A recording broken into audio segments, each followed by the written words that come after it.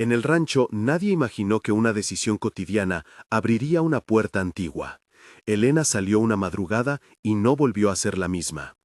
En una finca al borde de una aldea olvidada por el mapa, vivían Héctor y Elena con su hijo Mateo, la tierra dura como su suerte y la mesa siempre apretada. El viento traía polvo, el café sabía a trabajo y las botas dejaban huellas que se borraban con la lluvia. Héctor, hombre humilde y de manos agrietadas, miraba a su esposa con la mezcla de confianza y cansancio de quien comparte un techo pequeño y muchos silencios. ¿Crees que esa oferta valga la pena?, le preguntó una tarde en la cocina, la luz anaranjada entrando por la ventana. Elena sonrió con una mezcla de orgullo y cansancio.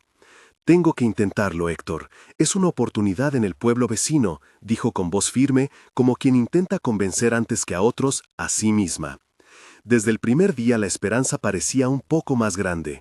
El dinero llegó en billetes que olían a pueblo, y la ropa que Elena traía olía a lejía nueva y a algo que Héctor no supo nombrar. La mirada de ella volvió diferente, más distante, con un brillo nuevo que no pertenecía ni al cansancio ni a la felicidad. Marta, la vecina del restaurante, comentaba en voz baja con Pilar la maestra: «La vi pasar con un paso que no es el de aquí». Y don Ernesto, el anciano del mercado, movía la cabeza como si conociera ya todas las historias que nacen cuando alguien cambia de aire.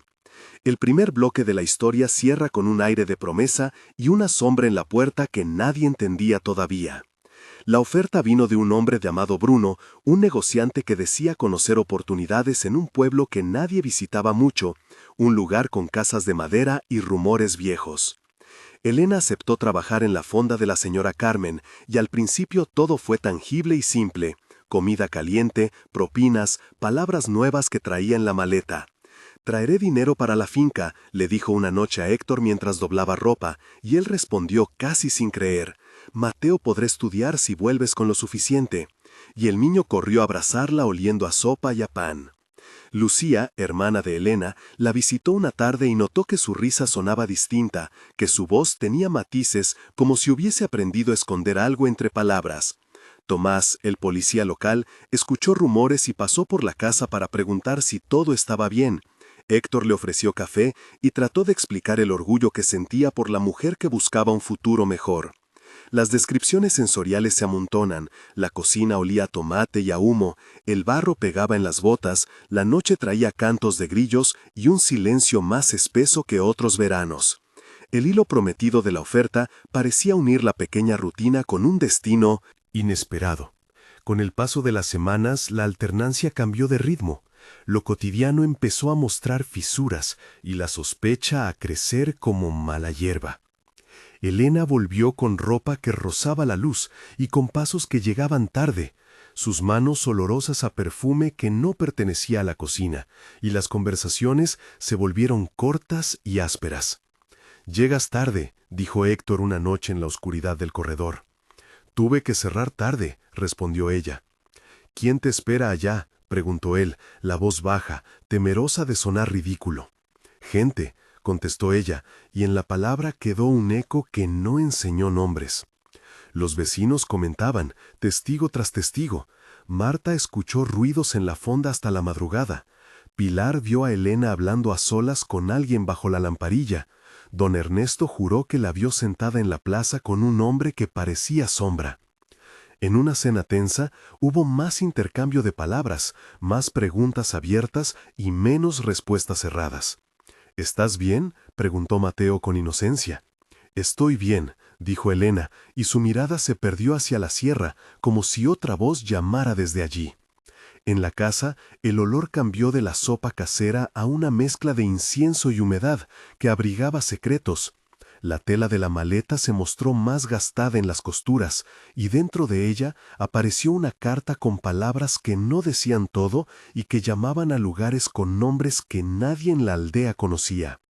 La tensión crecía y el lector queda en el borde de la incredulidad y el miedo. Una noche de insomnio, Héctor decidió seguir a Elena sin que ella lo supiera. La ciudad pequeña a la que la mujer iba quedaba en la mano de sombras, con calles que olían a petróleo y a pan recién hecho, y el silencio era una capa que absorbía pasos. La narrativa se vuelve sensorial, la brisa olía a humedad y algo más pesado. La luna pegaba en los charcos, sus botas crujían sobre gravilla y el corazón de Héctor golpeaba fuerte como un tambor. Siguiendo a la mujer, la luz de la fonda reveló una puerta entreabierta, y dentro un hombre que no parecía tener cara de pueblo, con una sonrisa afilada y una presencia que helaba el aire. Héctor quedó escondido tras la pared, oyó voces, vio manos que se tocaban y sombras que eran más largas que los cuerpos. «No deberías estar aquí», susurró una voz masculina que rompió el silencio, y un diálogo corto de confrontación se desató. «¿Quién eres?», preguntó Héctor sin salir de la sombra. «Soy quien paga», respondió el hombre con calma. «¿Qué le haces a Elena?», gritó Héctor, el pavor en la garganta. «Le doy lo que pide», contestó el hombre, y en sus ojos se veía una calma que olía a noche eterna.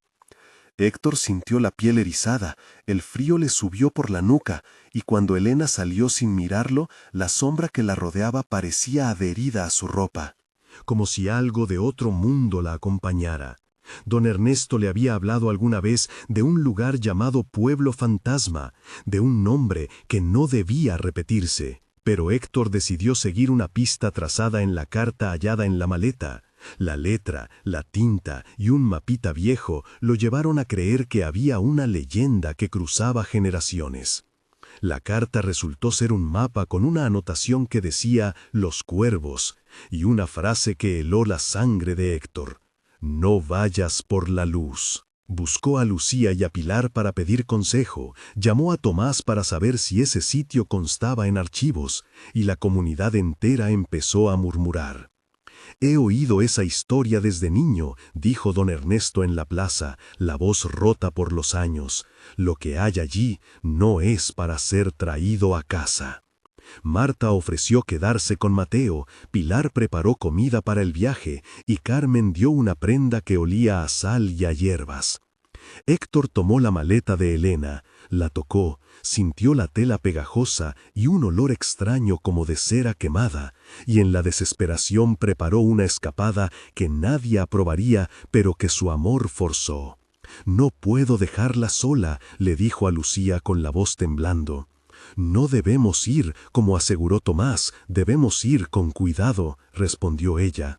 «Si el pueblo es lo que dicen, no volveré si no la saco», dijo Héctor, y en su decisión había tanto miedo como determinación. Las sensaciones se intensifican, el camino al amanecer olía a tierra mojada, el viento traía voces lejanas, las ruedas del coche crujían y la luz del alba pintaba sombras alargadas sobre el mapa. La llegada a los Cuervos fue un descenso en la realidad, un lugar con casas tapiadas, un silencio que no permitía respiraciones y un aire espeso que olía a humedad y a madera podrida.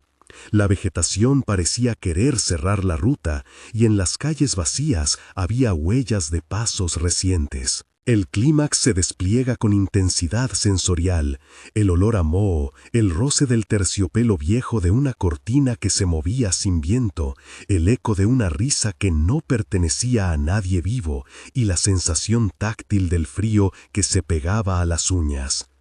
Héctor encontró señales de Elena, un cabello en el borde de una ventana, una prenda colgada que olía a su perfume y a otra cosa más oscura, y escuchó una voz que la llamaba por su nombre. Aparecieron figuras encapuchadas que se movían como fantasmas y un hombre que no era ni sombra ni carne esperó al borde de una plaza donde un árbol seco tenía nidos de cuervos.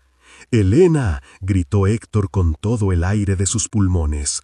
Ella apareció y su mirada ya no era la que conoció, era como si otro se asomara detrás de sus ojos.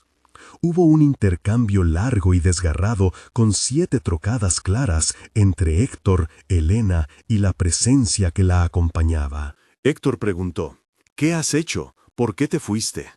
Elena contestó con voz dividida: «Me ofrecieron otra vida». Héctor respondió: «Esa vida no es para ti, vuelve». La presencia habló con una calma que era amenaza. «Ella me eligió». Elena, con una mueca extraña, dijo: «Tengo frío sin esto». Héctor desesperado suplicó: «No te llevas a mi mujer, a mi hijo». La presencia respondió: «Nada se lleva, solo toma lo que deja espacio». Elena miró a Héctor y por un segundo la mujer que conocía volvió en su mirada y dijo: «Sálvame», y luego su rostro cambió. El sonido de los cuervos se elevó como un coro, la tierra pareció vibrar, la persecución se desató por calles que olían a podredumbre y ceniza.